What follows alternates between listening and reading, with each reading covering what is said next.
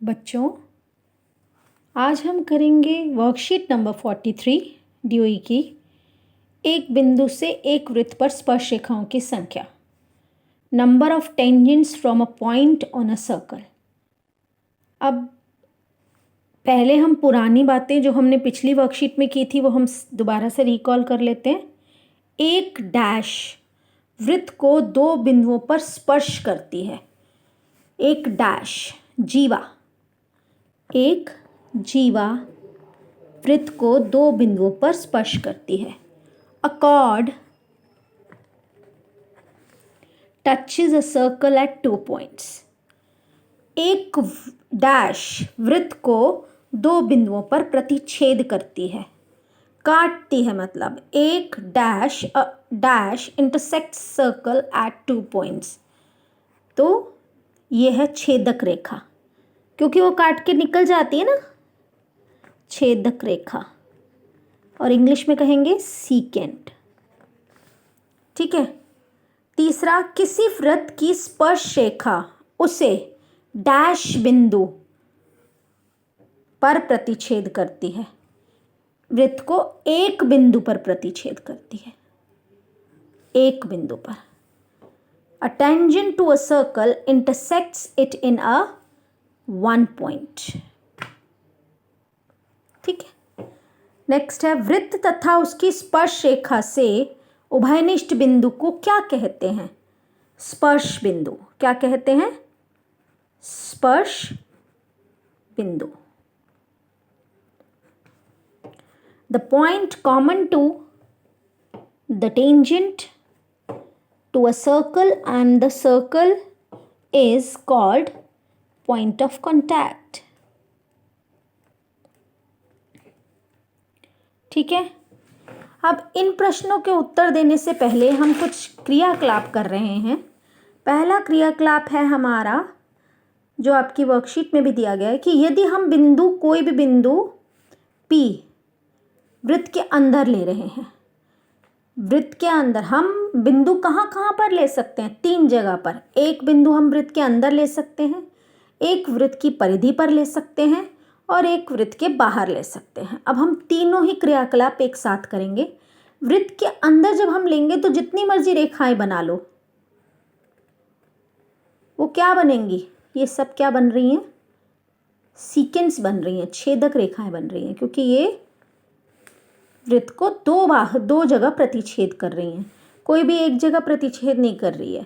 तो जब बिंदु वृत्त के अंदर होगा तो कोई स्पर्श रेखा नहीं बनेगी, नो टेंजेंट। कोई स्पर्श रेखा नहीं बनेगी, नो टेंजेंट्स, कोई टेंजेंट नहीं बनेगी। ठीक है। अब एक परिधि बनाई हमने, वृत्त बनाया, उसके ऊपर एक बिंदु लिया, 1 पॉइंट। जब 1 पॉइंट लेंगे तो हम कितनी स्पर्श रेखाएं बना सकते हैं? सिर्फ एक, और कोई नहीं बनेगी अब इस बिंदु से।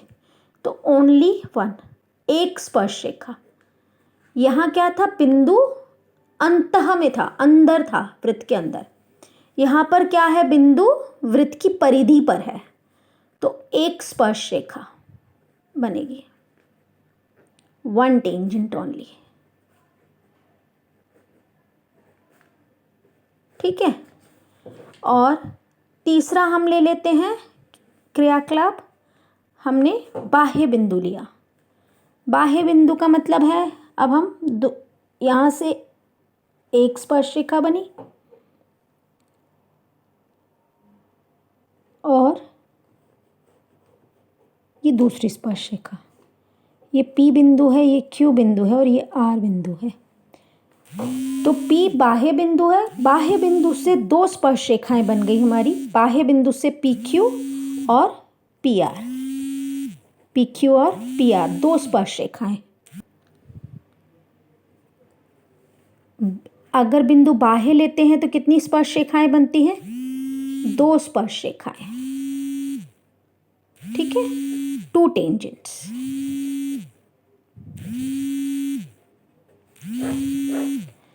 ये जो स्पर्श बिंदु, जो हमारे स्पर्श रेखाओं और वृत्त के बीच कॉमन पॉइंट्स होते हैं, उभयनिष्ठ बिंदु होते हैं, इन्हें कहते हैं पॉइंट ऑफ कांटेक्ट, स्पर्श बिंदु। अब 3 केस हो गए। अगर बिंदु वृत्त के अंदर है तो कोई स्पर्श रेखा नहीं बनेगी। अगर बिंदु हमारा वृत्त की परिधि पर है तो एक स्पर्श रेखा बनेगी। अगर बिंदु हमारा वृत्त की बाह्य पे है, बाहर है, तो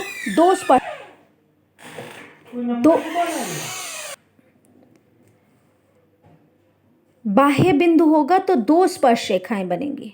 बाह्य बिंदु से 2 स्पर्श रेखाएं, और इन 2 स्पर्श रेखाओं का जो माप होता है, लंबाई होती है, वो हमेशा बराबर होती है। बाह्य बिंदु से खींची गई 2 स्पर्श रेखाओं की लंबाई हमेशा बराबर होती है। तो अब हम करेंगे प्रश्न जो ये फिल इन द ब्लैंक्स दिए हुए हैं। पहला, बिंदु से वृत्त पर खींची गई स्पर्श रेखाओं की लंबाई, बिंदु से वृत्त पर खींची गई स्पर्श रेखाओं की लंबाई बराबर होती है।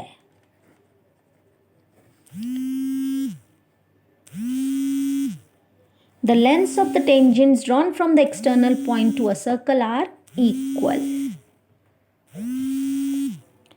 अब वृत्त के बाहर स्थित किसी बिंदु से जाने वाली वृत्त के बाहर स्थित किसी बिंदु से जाने वाली वृत्त पर केवल 2 स्पर्श रेखाएं होती हैं, 2 से ज़्यादा नहीं, 2।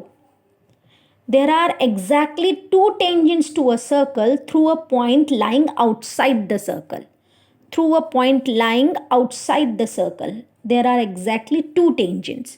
सिर्फ 2 स्पर्श रेखाएं बनेंगी किसी भी एक बाह्य बिंदु से। तीसरा हमारा है, वृत्त के अंदर स्थित किसी बिंदु से जाने वाली, वृत्त के अंदर स्थित, अंदर मतलब अंतः में, कोई स्पर्श रेखा नहीं है। There is no tangent to a circle passing through a point lying outside the circle. कोई टेंजेंट नहीं बनेगी। अगर पॉइंट सर्कल के अंदर है तो कोई टेंजेंट नहीं बनेगी। That's all for the today's worksheet. आज की वर्कशीट बेटा इतनी ही है, और बहुत ही छोटी वर्कशीट है, पर इसके अंदर कुछ बातें बहुत ही इम्पॉर्टेंट कवर की गई हैं। इन्हें ध्यान से देखिए, समझिए और याद कीजिए। इन्हीं पर आपके 5 से 6 MCQs बन सकते हैं। मल्टीपल चॉइस क्वेश्चंस 5 से 6 बन सकते हैं, और यही क्वेश्चंस आपके 1 मार्क के पेपर में ज़रूर आते हैं, अवश्य आते हैं। ठीक है बच्चों, ध्यान से समझिए। Okay, bye.